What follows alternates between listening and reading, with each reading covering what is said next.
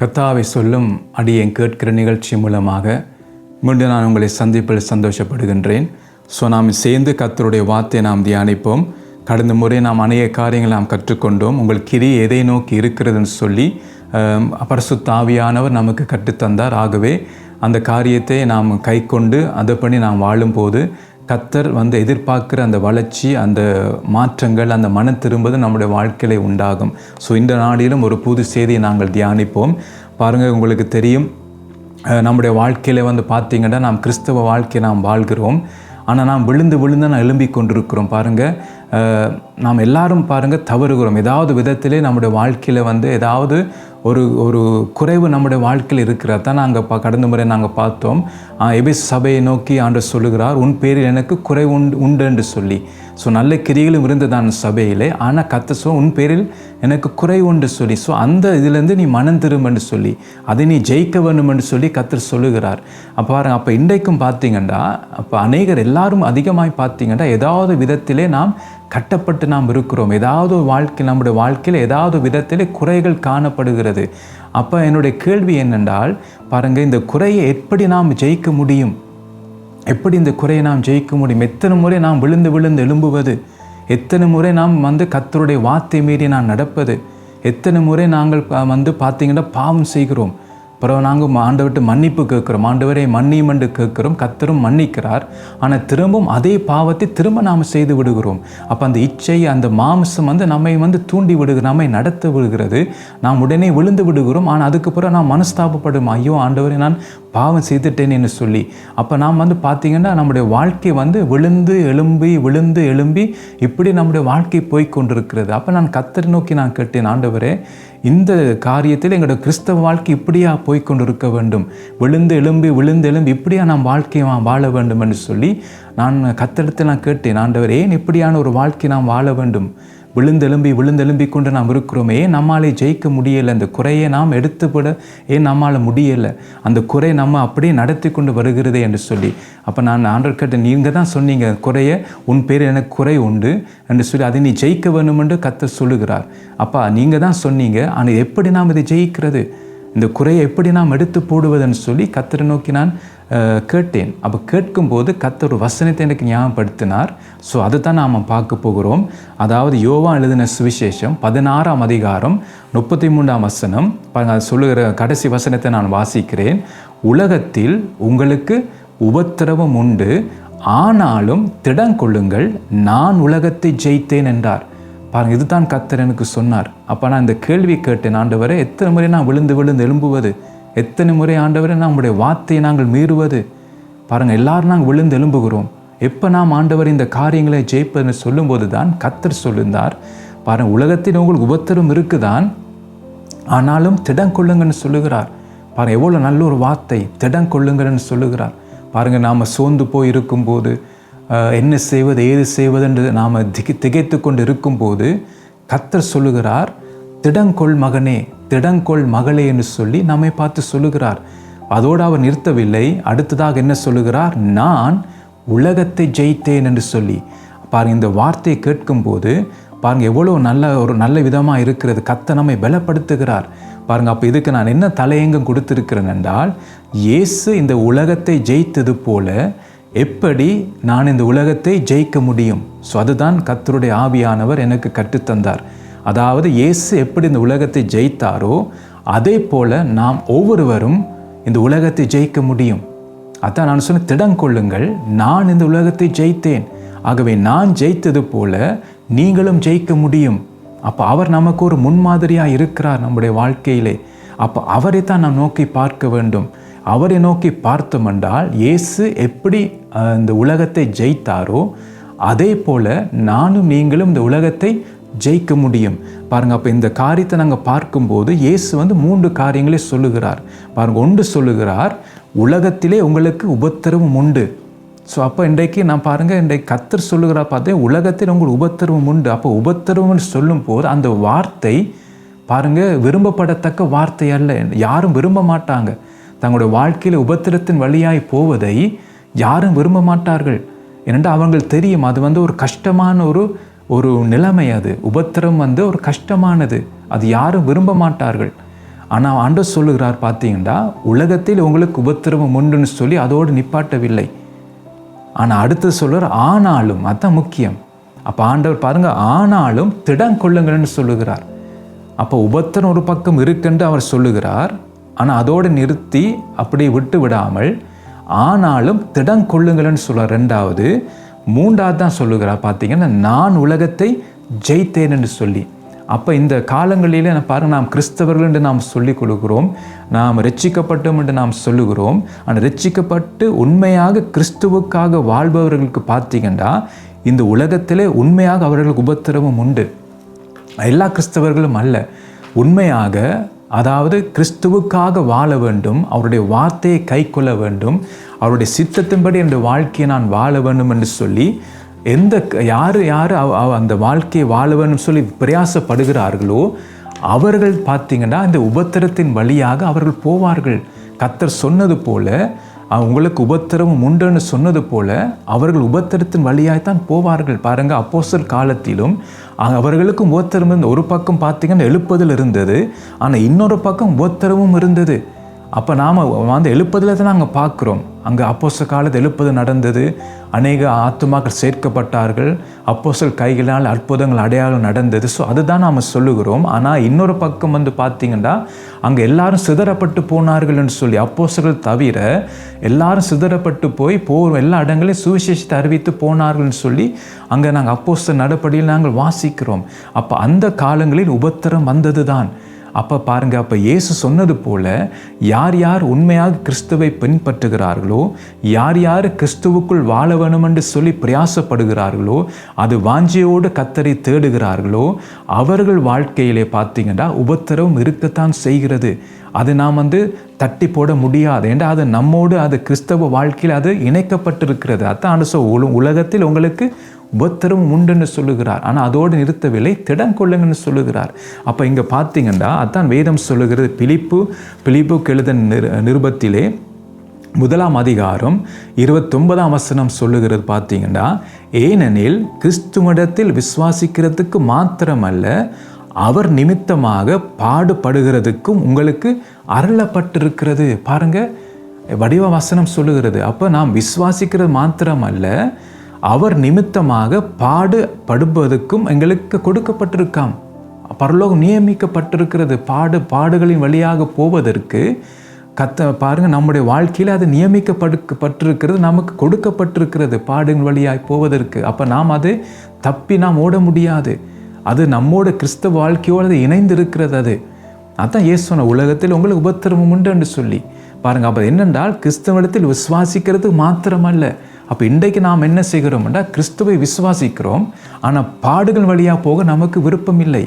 அப்போ கிறிஸ்துவை நான் உண்மையாக விசுவாசித்தால் பாடும் அது எனக்கு கொடுக்கப்பட்டிருக்கு. அப்போ அந்த வழியால் நான் போக வேண்டும்.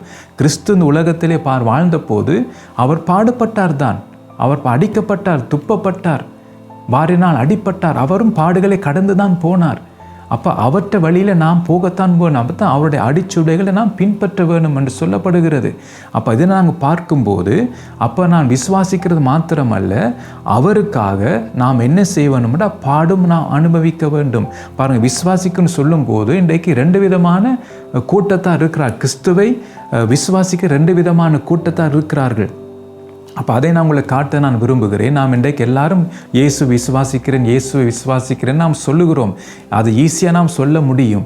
ஆனால் பாருங்கள், அந்த விசுவாசிக்கிறேன் சொல்லுபவர்கள் 2 விதமான கூட்டத்தார் இருக்கிறார்கள் சபைகளிலே. பாருங்கள், ஒரு முதல் கூட்டம் என்னென்று சொன்னால், யோவான் எழுதின சுவிசேஷம் 6 அதிகாரம் 26 வசனத்தை நான் உங்களுக்கு வாசிக்கிறேன். இயேசு அவர்களுக்கு பிரதியுத்தரமாக, நீங்கள் அற்புதங்களை கண்டதினால் அல்ல, நீங்கள் அப்பம் புசித்து திருப்தி ஆனதினாலே என்னை தேடுகிறீர்கள் என்று மெய்யாகவே உங்களுக்கு சொல்லுகிறேன் என்று சொல்லி இங்கே நாங்கள் வாசிக்கிறோம். அப்போ ஆண்டவர் பார்த்தீங்கன்னா, இயேசுக்கு பின்னால் எப்போ பார்த்தாலும் ஒரு கூட்ட ஜனங்கள் வந்து கொண்டு இருந்தார்கள். ஒரு கூட்டம் பார்த்தீங்கன்னா தேவைக்காக, அற்புதத்துக்காக வந்து கொண்டிருந்தது. அதான் இங்கே நாங்கள் பார்க்குறோம் பார்த்தீங்கன்னா. அப்போ முதல் கூட்டத்தார் என்னென்றால், இயேசுவை விசுவாசிக்கிற முதல் கூட்டத்தார் யார் என்றால், உலக நன்மைக்காக இயேசுவை விசுவாசிப்பார்கள். அப்படியான கூட்டத்தார் தான் பார்த்தீங்கன்னா இயேசுவுக்கு பின்னால் வந்தார்கள். அப்போ அவர்களை பார்த்து கர்த்தர் சொல்லுகிறார் பார்த்தீங்கன்னா, நீங்கள் அற்புதங்களை கண்டதனால் அல்ல, நீங்கள் அப்பம் புசித்து திருப்தி ஆடுதனாலே என்னை தேடுகிறீர்கள் என்று சொல்லி. அப்போ ஒரு கூட்டம் என்னென்னு பார்த்தீங்கன்னா, அவர்கள் வந்து இயேசுவிடத்து வந்தால் நமக்கு நம்ம வாழ்க்கையிலே திருப்தியாக நாங்கள் வாழலாம், ஆசீர்வாதமாக இருக்கலாம். அதான் சொல்லுவாங்க, இயேசுவிடத்து வந்தீங்கள் என்றால் நீங்கள் ஆசீர்வாதமாக இருக்கலாம் என்று சொல்லி. அப்போ அப்படி வந்து ஒரு கூட்டம் வந்து கர்த்தரிடத்தில் ஆசீர்வாதம் பெறுவதற்காக ஒரு சந்தோஷமான ஒரு வாழ்க்கை வாழவும், ஒரு செழிப்பான ஒரு வாழ்க்கை வாழவும், நல்ல வீடு வசதியோடு நல்ல செழிப்பாக வாழ்வவும் அதுக்காக இயேசுவை தேடி வருவார்கள் பாருங்கள். அப்போ அப்படியான கூட்டங்கள். அப்போ அது என்ன, நீங்கள் அப்பம் புசித்து திருப்தியானதுனால என்னை தேடுகிறீர்கள். அப்போ தங்களுடைய ஒரு திருப்தியான ஒரு வாழ்க்கைக்காக, ஒரு செழிப்பான ஒரு வாழ்க்கைக்காக அவர்கள் என்ன செய்வார்கள் என்றால் இயேசுவை தேடி வருவார்கள். ஏதாவது ஒரு தேவை அவங்களோட வாழ்க்கையில் இருக்கும் பாருங்கள். சில பேருக்கு வேலை தேவை இருக்கும். அப்போ அந்த வேலைக்காக, அந்த வேலை தேவைக்காக இயேசுவிடத்தில் வருவார்கள். வந்து பார்த்தீங்கன்னா இயேசுவும் பார்த்தீங்கன்னா அவர்களுக்கு வேலையை கொடுப்பார். அதுக்கு பிற்பாடு பார்த்தீங்கன்னா அவங்க அந்த நாட்டிக்கிழமை வருவது கொஞ்சம் கொஞ்சமாக குறைஞ்சி அதுக்கப்புறம் பார்த்தீங்கன்னா துப்புரவாக வராமல் விட்டுருவார்கள். அப்போ அது என்ன, அவங்க வந்தது நோக்கம் என்னென்றால் ஒரு தேவை சந்திக்கிறதுக்காக, தங்கள் வாழ்க்கையிலே ஒரு தேவை சந்திக்கப்பட வேண்டும் என்றதுக்காகத்தான் கிறிஸ்துவை தேடி இருக்கிறார்கள். அப்போ அந்த தேவை அவர்கள் கிடைத்த உடனே அவர்கள் என்ன செய்து விட்டால் கிறிஸ்துவை விட்டு விடுவார்கள். நம்முடைய தேவன் பார்த்தீங்கன்னா நல்லோருக்கும் தீயோருக்கும் மழையை வர்ஷிக்க பண்ணுகிற தேவன் பாருங்கள். அதான் கர்த்தர் நல்லோருக்கும் தீயோருக்கும் மழையை வர்ஷிக்க பண்ணுகிறார். அப்போ கர்த்தர்கிட்ட நான் கேட்கும்போது கர்த்தர் கொடுக்குறார். சில பேர் பாருங்கள், பிள்ளைகள் இல்லாதவர்கள் பார்த்தீங்கன்னா பிள்ளைக்காக செபிப்பார்கள். ஆண்டவரே ஒரு குழந்தை எனக்கு தாரும் என்று சொல்லி செபிப்பார்கள். அப்போ கர்த்தரும் பார்த்தீங்கன்னா மனம் இறங்கி அவர்களுக்கு குழந்தை பாக்கியத்தை கொடுப்பார். அப்போ அவர்களும் பார்த்தீங்கன்னா கொஞ்ச காலம் பார்த்தீங்கன்னா அவர்களும் வராமல் விட்டுவார்கள்.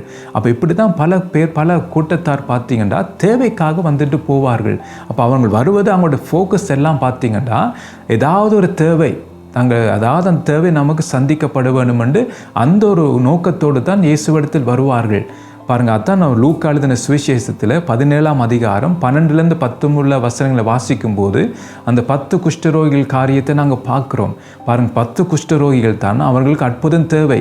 உங்களுக்கு தெரியும், அந்த நாட்களில் குஷ்டரோகிகள் வந்து ஃப்ரீயாக எங்கே தெரிய முடியாது, அவர்களை துரத்தி விடுவார்கள். அவர்கள் வந்து அந்த பட்டணத்தை புறம்பே தான் அவங்க இருக்க முடியும்.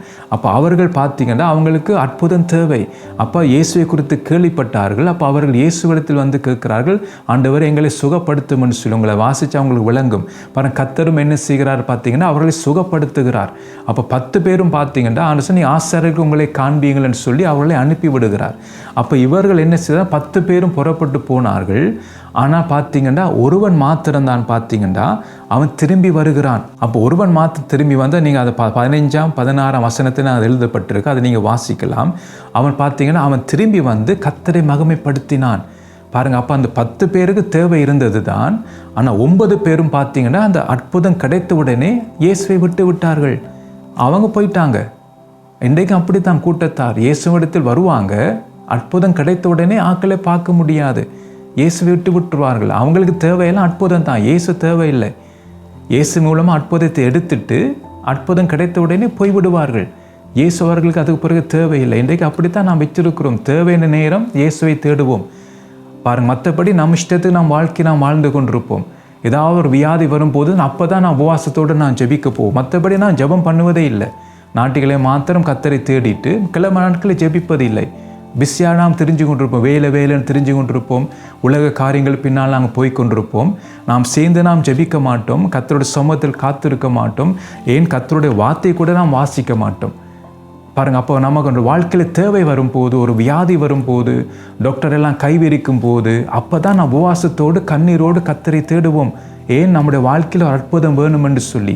அப்போ அப்படியான பேர் பாருங்கள், அவர்கள் பார்த்தீங்க கர்த்தரை வந்து அதுக்காகத்தான் தேடுவார்கள். அப்போ அந்த 10 குஷ்டரோகியிலே 9 பேர் பார்த்தீங்கன்னா கர்த்தரை விட்டுட்டாங்க. ஆனால் ஒருவன் மாத்திரம் பாருங்கள் ஆசாரியன்ட்டு போய் காண்பித்து திரும்பி இயேசுவை தேடி வாரான் பாருங்க. இப்படி தான் இருக்க வேண்டும். இயேசுவை தேடி வந்து அவரை மகிமைப்படுத்தினார் பாருங்க. அதான் நாங்கள் பார்க்குறோம்.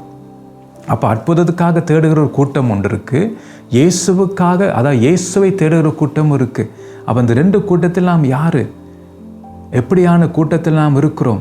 அற்புதத்துக்காக தேவைக்காக தேடுகிற கூட்டத்தில் இருக்கிறோமா, அல்லது இயேசு தான் எனக்கு வேணும் என்று சொல்லி, இயேசு தான் என்னுடைய வாழ்க்கைக்கு மையம் என்று சொல்லி அப்படி தேடுகிற கூட்டத்தில் நாம் இருக்கிறோமா அப்போ உண்மையாக இயேசுவை தேடர்கள் பார்த்தீங்கன்னா அற்புதம் பெற்ற பிறகும் அவங்களோட வாழ்க்கையில் நன்மை இருந்தாலும் கூட அந்த நன்மையை விட இயேசு தான் அவங்களோட வாழ்க்கையில் முக்கியமாக இருப்பார்கள்.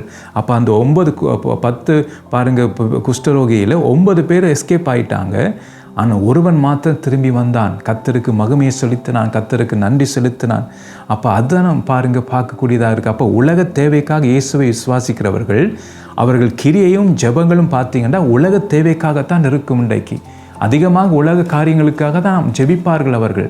அதான் கர்த்தருடைய வார்த்தை சொல்லுகிறது. 1 கொரிந்தியர் 15:19 என்ன சொல்லுகிறதுண்டா, இம்மைக்கு மாத்திரம் நாம் கிறிஸ்துவின் மேல் நம்பிக்கை உள்ளவர்களாய் இருந்தால் எல்லா மனுஷரை பார்க்கிலும் பரிதபிக்கப்பட்டவர்களாய் இருப்போம் என்று சொல்லி கர்த்தருடைய வார்த்தை நம்ம எச்சரிக்கிறது. அப்போ இந்த உலக தேவைக்காக மாத்திரம் கிறிஸ்துவின் மேல் நம்பிக்கை உள்ளவர்களாக இருந்தால், கிறிஸ்துவை தேடுகிறவர்களாக இருந்தால், கிறிஸ்துவை விசுவாசிக்கிறவர்களாக இருந்தால் பாருங்க என்ன சொல்லுறது கர்த்தருடைய வார்த்தை, எல்லா மனுஷரை பார்க்கிலும் பரிதபிக்கப்பட்டவர்களாக இருப்போம். நம்முடைய வாழ்க்கை பார்த்தீங்கன்னா கவலைக்குரிய விஷயமாக இருக்கும்.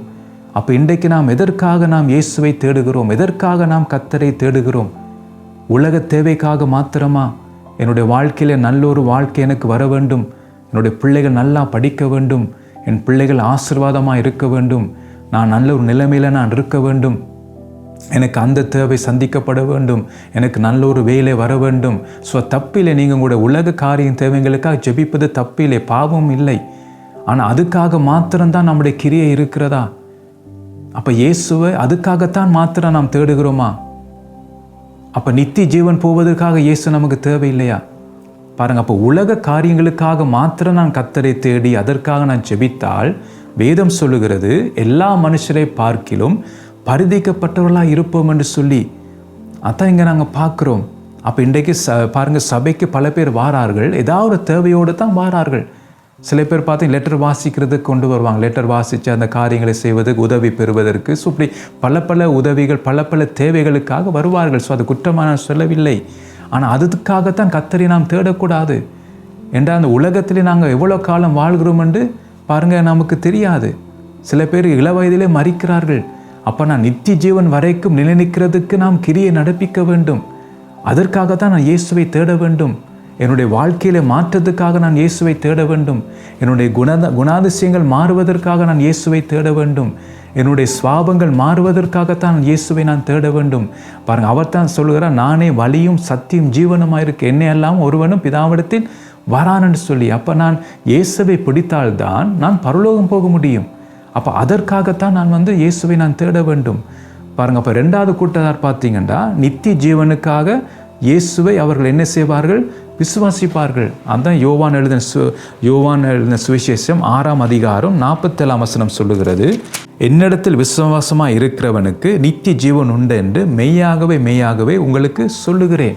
அப்போ கர்த்தர் சொல்லுகிறார் என்னிடத்தில் விசுவாசமாக இருக்கிறவன் தான் உலக தேவைக்காக விசுவாசமாக இருக்கிறவன் அல்ல, நித்திய ஜீவனுக்கு செல்வதற்காக என்மேல் விசுவாசம் இருக்கிறவனுக்கு பாருங்கள் என்ன சொல்லுகிறது, நித்திய ஜீவன் உண்டு என்று மெய்யாக உங்களுக்கு சொல்லுகிறேன். அப்போ அவர்களுக்கு தான் நித்திய ஜீவன் உண்டு என்று அவங்க எதுக்காக இயேசுவை தேடுகிறார்கள்? நித்திய ஜீவன் வரைக்கும், நித்திய ஜீவனுக்கு செல்வதற்காக. அதான் வேதம் சொல்லுகிறது, என்னிடத்தில் விசுவாசமாக இருக்கிறவனுக்கு நித்திய ஜீவன் உண்டு என்று மெய்யாகவே சொல்லுகிறேன். அப்போ அவர்கள் இயேசுவை எதற்காக விசுவாசிக்கிறார்கள் என்று சொன்னால், இயேசுவை பிடித்தால்தான் நான் நித்திய ஜீவனுக்கு போகலாம் என்று அவர்தான் வாசல். அப்போ அவருக்குள் நாம் போனால்தான் நித்திய ஜீவனுக்குலாம் பிரவேசிக்க முடியும். அப்போ அதற்காகத்தான் பார்த்தீங்கன்னா அவர்கள் இயேசுவை தேடுகிறார்கள். அப்போ எந்த கூட்டத்தில் நாம் இருக்கிறோம்? உலக தேவைக்காக இயேசுவை விசுவாசிக்கிற கூட்டத்தில் இருக்கிறோமா? அல்ல நித்திய ஜீவன் வரைக்கும் நித்திய ஜீவனுக்கு செல்வதற்கு அதற்காக விசுவாசிக்கிற கூட்டத்தில் நாம் இருக்கிறோமா? அப்போ நாம் நமக்கு தான் தெரியும் எதற்காக நான் இயேசுவை தேடுகிறேன், எதற்காக நான் ஜெபிக்கிறேன் என்று சொல்லி. அதை நான் உங்களுக்கு போன முறை நான் சொன்னேன், நம்முடைய ஜெபிக்கிறதுக்கு முன்பாக இந்த ஜெபம் எதற்காக நான் செய்கிறேன், என்னுடைய தேவைக்காக இந்த ஜெபத்தை நான் ஏறெடுக்கிறேனா அல்லது தேவனுடைய சித்தத்திற்காக நான் ஜெபத்தை ஏறெடுக்கிறேனான்னு சொல்லி நாம் அதை பார்க்க வேண்டும். அப்போ அதிகமாக நாங்கள் பார்த்தோம்னா நம்முடைய தேவைக்காகத்தான் ஜெபத்தை நாம் ஜெபிக்கிறோம், தேவனுடைய சித்தத்துக்காக எதையும் நாம் ஜெபிப்பதில்லை. இன்றைக்கு அதிகமாக பேர் அப்படி தான், நம்முடைய தேவை நிமித்தமாகத்தான் ஜெபத்தை நாம் ஏறெடுக்கிறோம். அப்போ அது என்ன? உலக தேவை. அப்போ உலக காரியத்துக்காக தான் இயேசு எடுத்து நாங்கள் போகிறோம், இயேசுவை நோக்கி நாம் ஜெபிக்கிறோம். ஸோ நாம் கொஞ்சம் சிந்திக்க வேண்டும். பாருங்கள், நம்முடைய வாழ்க்கையை கொஞ்சம் சிந்திக்க வேண்டும்.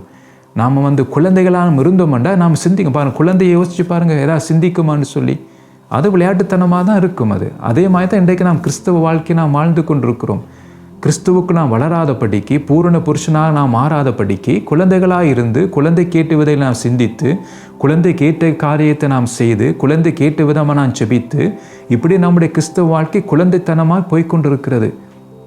அப்போ நாம் அதிலிருந்து வெளியில் வர வேண்டும். கிறிஸ்து நமக்குள் உருவாக வேண்டும். அதான் பவுலப்பன் சொல்லுகிறார், கிறிஸ்து உங்களுக்கு உருவாகும்படி நான் மீண்டுமாக கற்ப வேதனை படுகிறேன் என்று சொல்லி. அப்போ அந்த காரியம் நமக்கு வர வேண்டும், ஒரு வளர்ச்சி நமக்குள் வர வேண்டும். அப்போ எதற்காக நாம் கர்த்தரை தேடுகிறோம்? அப்போ நம்முடைய ஃபோக்கஸ் எல்லாம் பாருங்கள், இயேசுவை நான் பிடித்தால் நித்திய ஜீவனுக்கு நான் போகலாம் என்று. அவர்தான் வாசல், அவர்தான் வழி, அவர்தான் சத்தியம். அப்போ இயேசு எனக்கு முக்கியம் நித்திய ஜீவன் போவதற்கு. அப்போ அதற்காக அவரை நான் பிடித்து கொள்ள வேண்டும், அவரை விட்டுவிடக்கூடாது என்று. அவரை பிடித்தால்தான் நித்திய ஜீவனுக்கு நாம் போகலாம்.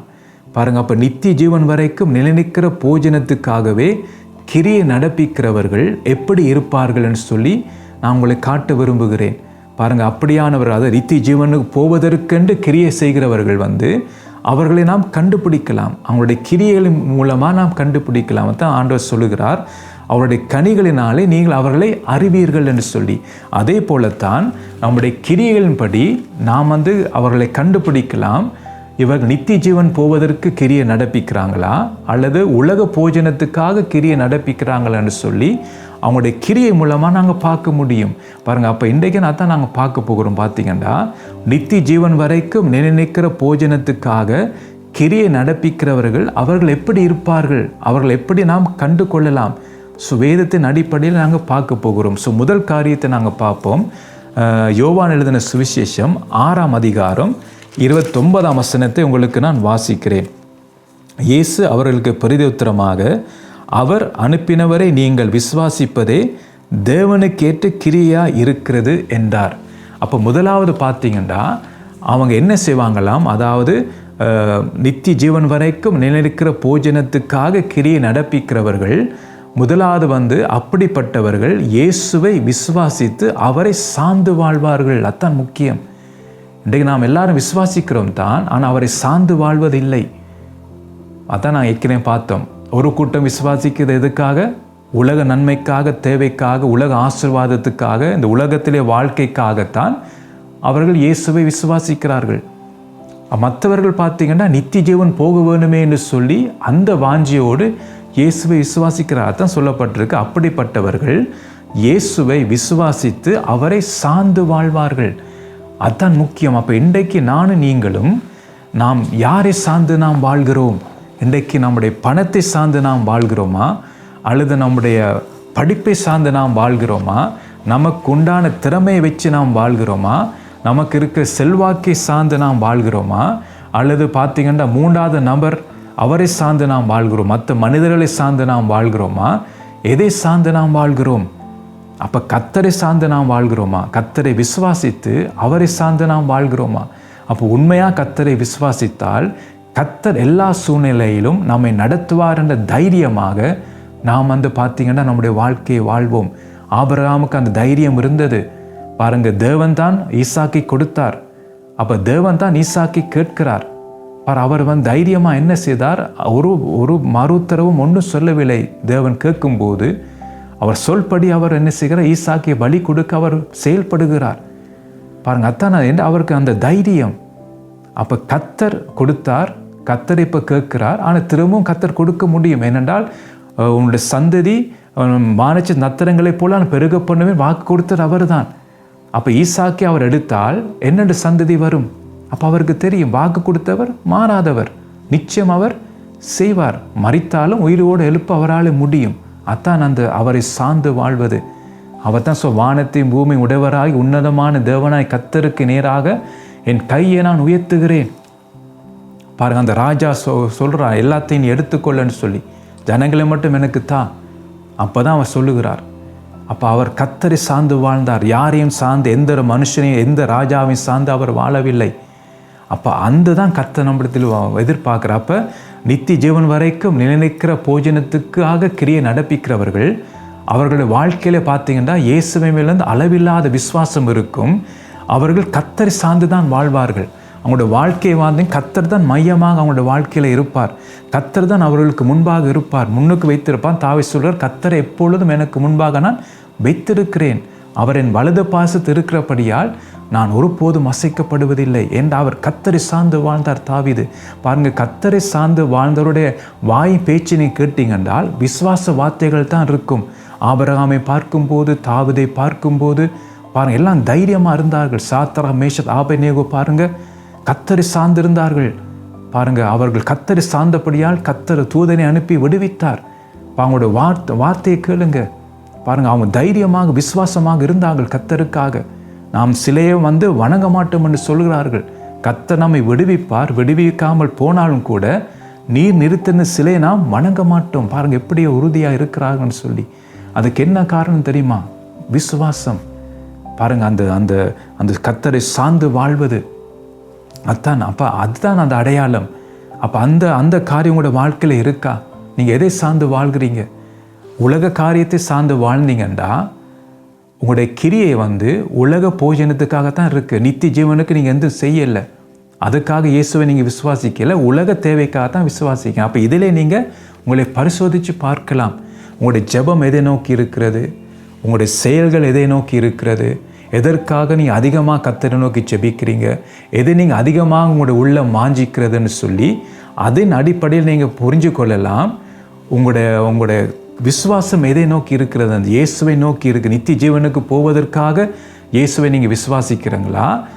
இல்லாத உலக தேவைக்காக, உலக போஜனத்துக்காகத்தான் நீங்கள் கிறிஸ்துவை விசுவாசிக்கிறாங்கன்னு சொல்லி இதில் நீங்கள் பார்க்கலாம்.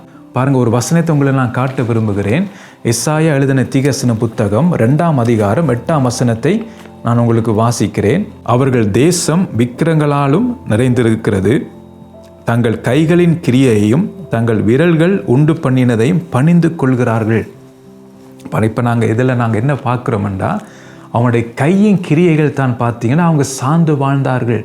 அதான் அது பார்த்தீங்கன்னா கர்த்தரின் பார்வையில் அது விக்கிரமாக இருந்தது. அப்போ இன்றைக்கு நம்முடைய வேலையையும் நம்முடைய பணத்தையும் நம்முடைய கையின் கிரியை நாம் சார்ந்து வாழ்ந்தோம் என்றால் அது தேவனுடைய பார்வையில் அது விக்கிரகம். அதான் சொல்லப்பட்டிருக்கு.